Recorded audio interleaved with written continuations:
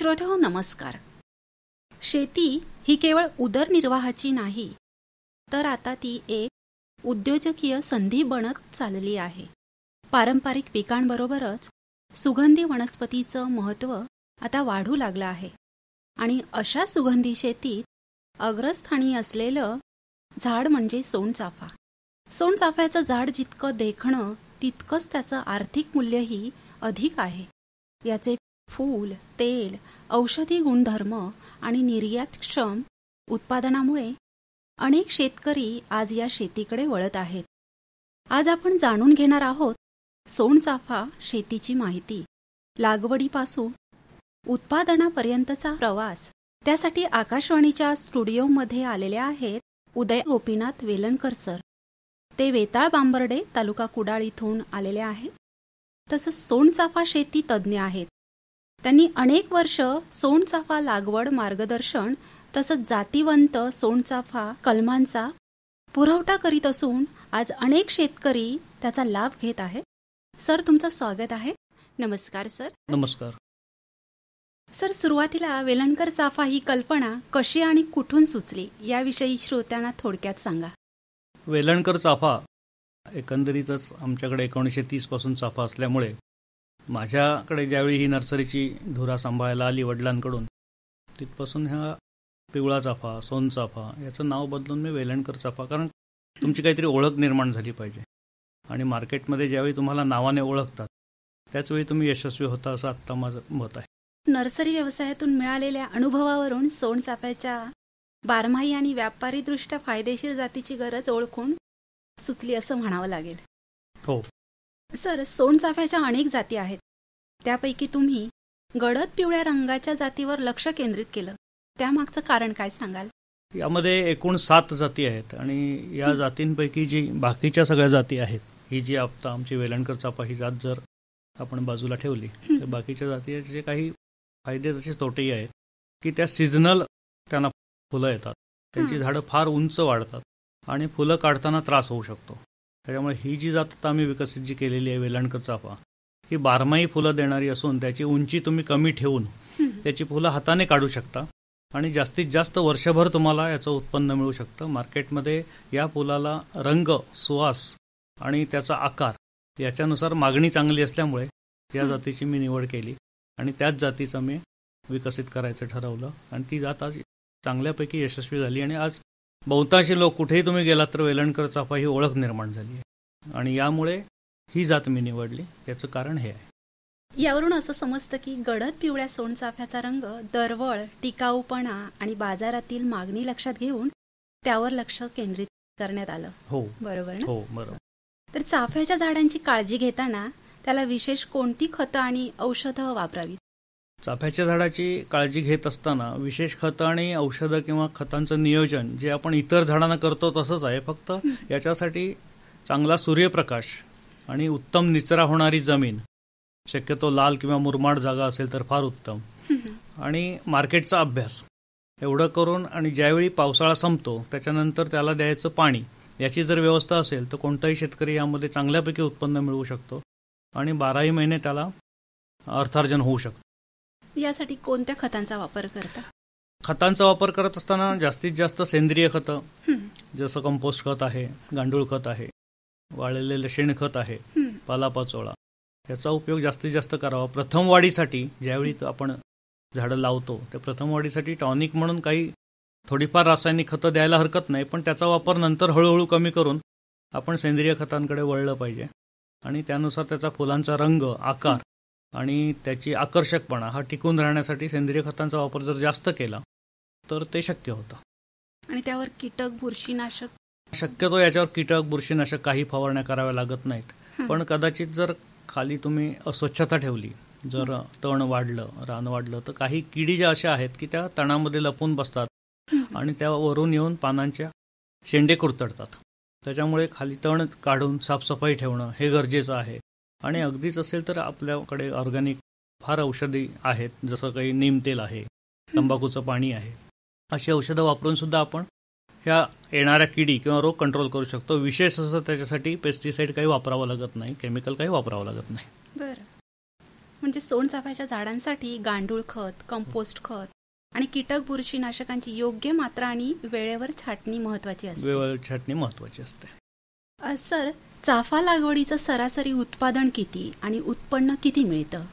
सरासरी जर त्याचा खर्च जर धरला तर एकरी साधारण 2 ते 2.5 लाख रुपये प्रत्येक तिथल्या हवामानानुसार किंवा तिथल्या लोकेशननुसार तो बदलू शकतो.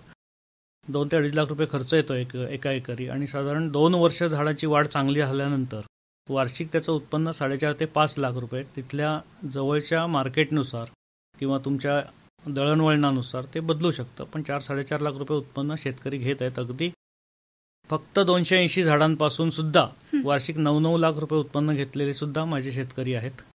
एकरी ती 400 झाडं बसतात आणि 400 झाडांपासून तुम्हाला 4-4.5 लाख रुपये मिळतात. म्हणजेच सर, आत्ताच आपण चाफा लागवडीचं सरासरी उत्पादन आणि उत्पन्न याविषयी सांगितलं.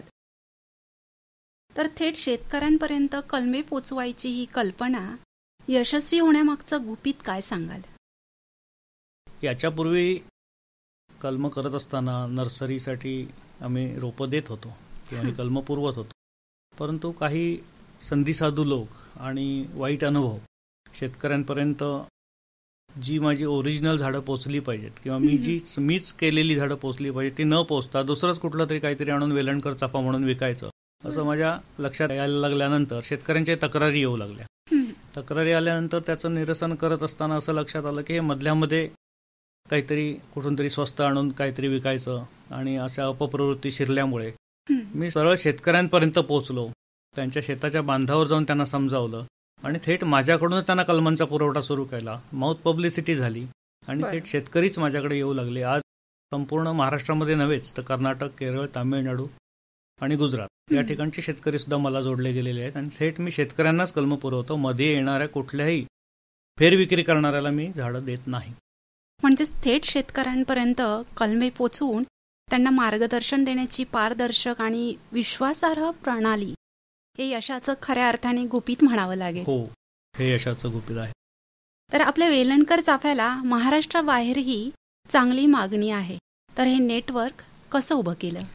एक लक्षात घ्या की तुम्ही ज्यावेळी लोकांना चांगलं देता तर त्याची पब्लिसिटी करावी लागत नाही, जाहिरात कुठेही करावी लागत नाही. लोक तुमच्याकडे शोधत येतात. कोणतीही गोष्ट असू दे, नर्सरीची मालिका अशीच नव्हे तर कुठलीही उत्पादन करत असताना ते जर चांगल्यात चांगलं तुमचं मनाचं पहिल्यांदा समाधान झालं पाहिजे. आणि तसं जर तुम्ही उत्पादन केलं आणि लोकांपर्यंत पोहोचवलं तर लोक तुमच्याकडे शोधत येतात. तुम्हाला कुठेही जावं लागत नाही. म्हणजेच गुणवत्तेची कमिटमेंट, सोशल मीडियाचा वापर, थेट सेवा करून तुम्ही महाराष्ट्राबाहेरही यशस्वी नेटवर्क उभं केलं आहे. आणि विश्वासार्ह ब्रँड असल्यामुळे शेतकरी सगळे मला जोडले गेले असं माझं प्रामाणिक मत आहे. शेती व्यवसाय करताना संयम, चिकाटी आणि मेहनतीचं महत्व काय आहे असं तुम्हाला वाटतं? काय होतं की प्रत्येक कुठलीही गोष्ट करत असताना संयम, चिकाटी महत्वाची आहे. कोणत्याही क्षेत्रात तुम्ही जर गेलात तर टिकून राहणं, तिथे यश अपयश बचावणं. आजकाल काय झालंय की लगेचच रिझल्ट हवा असतो प्रत्येकाला. तर तसं न करता एक गोष्ट सोडली, दुसऱ्या गोष्टीच्या मागे लागलं, दुसरी गोष्ट सोडली, तिसऱ्या गोष्टीच्या मागे लागलं की ते अपयश पदरी येत राहतं. एखाद्या यश मिळवण्यासाठी चिकाटी महत्वाची आहे, संयम महत्वाचा आहे आणि फार मोठं म्हणजे मेहनत महत्वाची आहे. आणि कंटाळा करून किंवा राहू दे, चला नाही केलं तरी चालेल असं नाही. चिकाटी पाहिजे प्रत्येक गोष्टीमध्ये. कोणतीही तुम्ही व्यवसाय करायचा म्हटलं की त्याच्यामध्ये चिकाटी आलीच आणि संयम पण पाहिजे तेवढाच. आणि तुमची कष्ट करण्याची जर तयारी असेल आणि जिद्द असेल तर तुम्ही यशस्वी नक्की हो. यामधून असं दिसून येतं की शेतीत यश मिळवायचं असेल तर संयम आणि वाट पाहणं, चिकाटीने प्रयत्न करत राहणं आणि प्रामाणिकपणे मेहनत घेणं हीच खरी यशाची गुरुकिल्ली आहे. हो सर, व्यवसाय वृद्धीसाठी सोशल मीडियाचा वापर आणि फायदा कसा होतो? व्यवसाय वृद्धीसाठी सोशल मीडियाचा वापर आणि फायदा जर म्हणाल तर फार चांगल्यापैकी होऊ शकतो.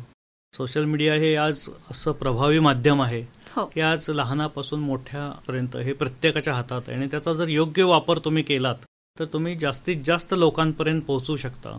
आणि जर तुम्ही चांगलं निर्माण केलं तर सोशल मीडियाच तुमच्या मागे लागतो. तुम्ही सोशल मीडियावर जायची गरजच नाहीये.